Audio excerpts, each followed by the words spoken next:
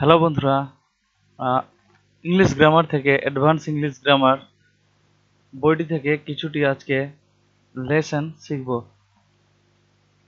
Sentence sentence এর definition হলো sentence হলো ল্যাঙ্গুয়েজ।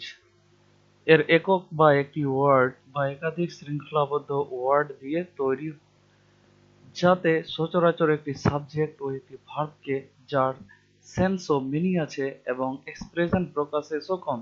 সুতরাং সংক্ষেপে আমরা বলতে পারি যে ওয়ার্ড গুচ্ছ যদি সেন্স, মিনিং এবং এক্সপ্রেশন সহ একটি ল্যাঙ্গুয়েজ এর ইউনিট হিসেবে কাজ করতে পারে, তবে তারা সেন্টেন্স হিসাবে গণ্য হবে।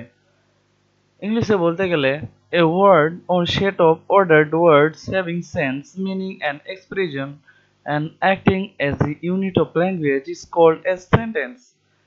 যেমন X, you can certainly learn through mistakes. Yes, really X, of course.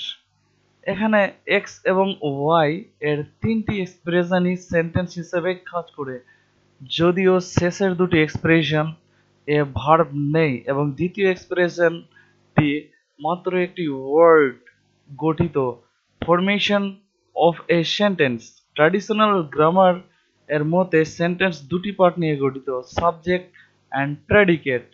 যার সম্বন্ধে সেন্টেন্স এ আমরা কিছু বলি বা লিখি তা হলো সাবজেক্ট, এবং সাবজেক্ট নিয়ে আমরা যা বলি বা যা লিখি তা হলো প্রেডিকেট। যেমন I learn English for my examinations. এই সেন্টেন্স এ আই হলো সাবজেক্ট এবং learn English for my examination হলো প্রেডিকেট। মডার্ন কমিউনিকেটিভ গ্রামার এ আমরা সেন্টেন্স ফরমেশন এর সময় সাবজেক্ট এবং verb, phrase, object, complement, adverb, adverbial phrase এর অস্তিত্ব স্বীকার করি। এক্ষেত্রে subject is a noun or noun phrase or pronoun representing the person or thing that performs the action of the verb. যেমন he prefers to speak very little, এখানে he হলো subject. Verb phrase, a verb phrase is a word or group of words that expresses an action, an event or state. যেমন it had gone on for years and years, এখানে had gone on হলো একটি verb phrase। একটি সেন্টেন্সে ভার্বের পর object, complement, adverbial এর একটি বা একাধিক থাকতে পারে।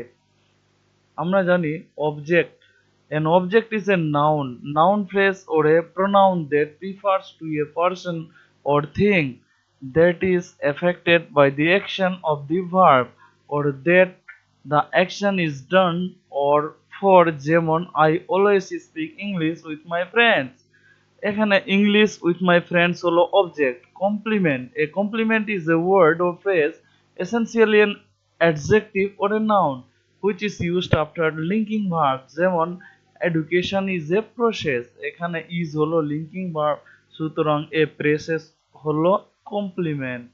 Thank you.